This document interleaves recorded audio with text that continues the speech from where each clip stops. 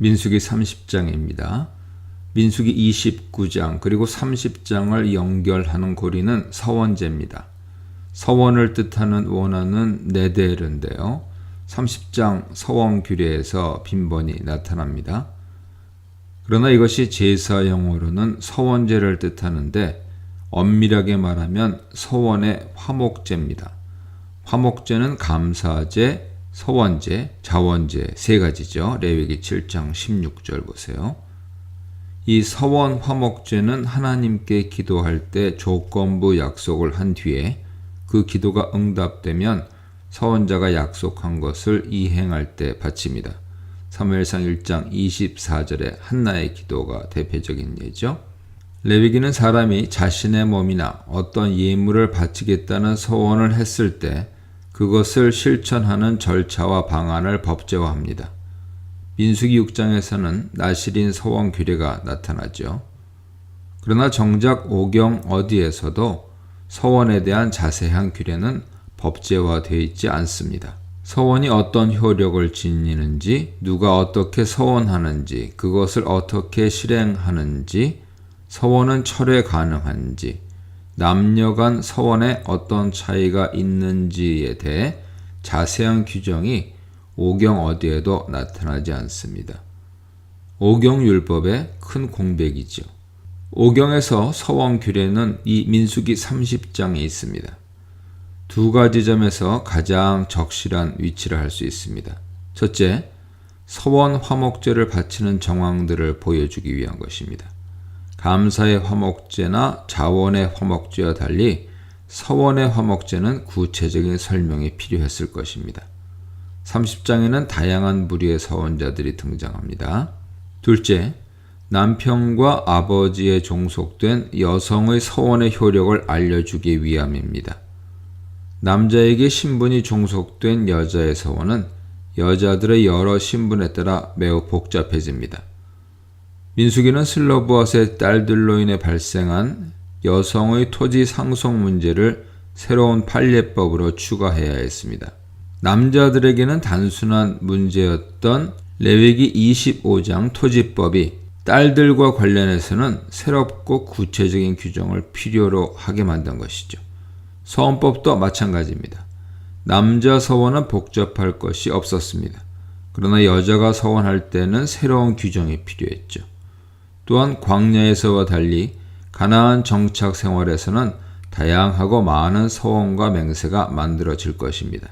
민수기 30장을 성경 기자는 서원법을 상세하게 다룰 적절한 시점 그리고 위치로 정했습니다.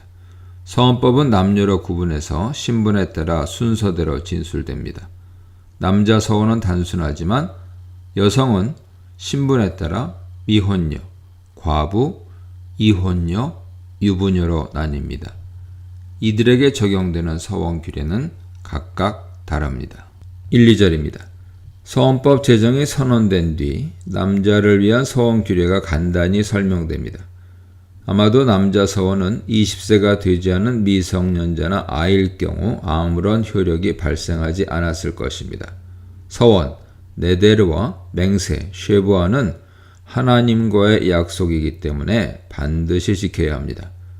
결심하고 서약했으면 서원이나 맹세를 결코 경홀히 여겨서는 안 됩니다.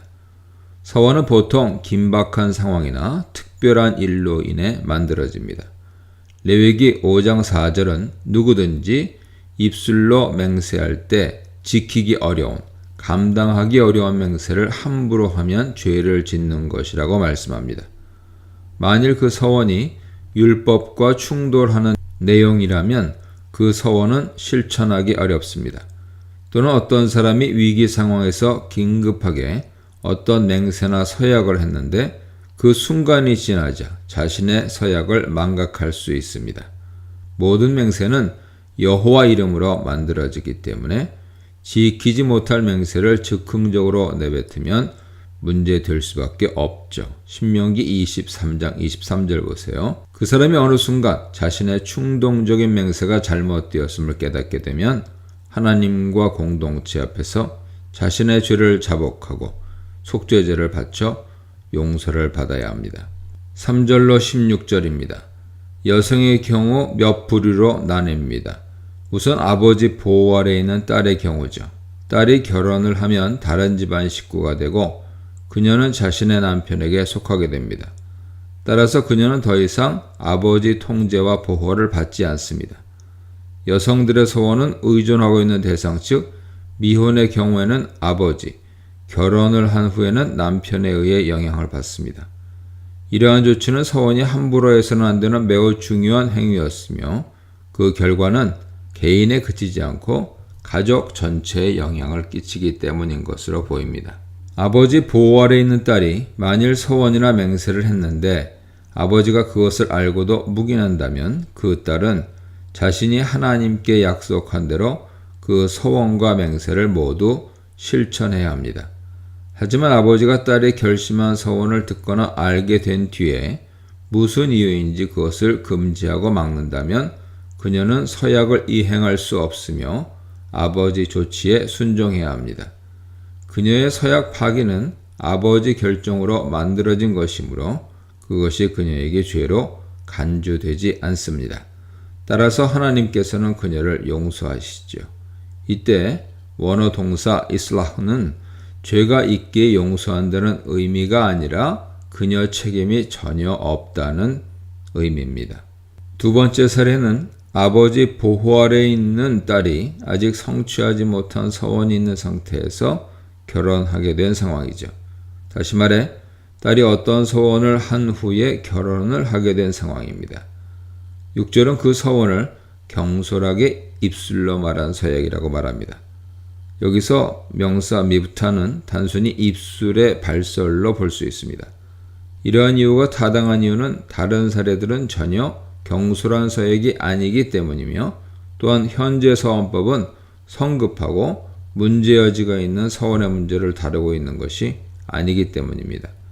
만일 결혼 후에 남편이 자신의 아내의 서원에 대해 알게 되었다면 마찬가지로 남편에 의해 변수가 생길 수 있습니다. 남편이 그것을 알고도 묵인한다면 그 여자는 자신의 서원과 맹세를 성취해야 합니다. 그러나 남편이 그것을 금지해서 무효로 만든다면 아버지가 딸에게 그랬던 것처럼 그 서약은 파기되며 여호와께서는 그 여인에게 아무런 책임을 묻지 않으시고 용서하십니다. 반면에 과부나 이혼녀는 남편도 아버지도 없는 상황이므로 누구의 통제나 간섭도 받지 않고 자신의 결정으로 모든 서원을 이행해야 합니다.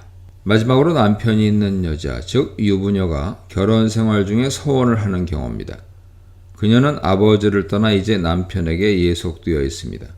만일 남편이 아내 맹세나 서약에 대해 알게 되었다면 남편이 아내의 서약 문제에 관여할 수 있습니다. 만일 그가 아내의 서원 사실을 안 후에 묵인한다면 아내는 그것을 철저히 이행해야 하며 반대로 남편이 막는다면 그 서원은 더 이상 효력을 지니지 못하게 됩니다. 그리고 그녀는 그 서약 파기로부터 면책됩니다. 13에서 15절은 이 원칙을 더욱 선명하게 재진술하는 반복입니다. 서약 파기의 책임은 전적으로 남편이 지게 되고 그녀는 모든 책임으로부터 자유롭게 됩니다. 이 문단에서는 반드시 이행해야 할 서원, 결혼하지 않는 여인의 서원, 결혼한 여인이나 과부의 서원에 대해 묵상해 보시기 바랍니다.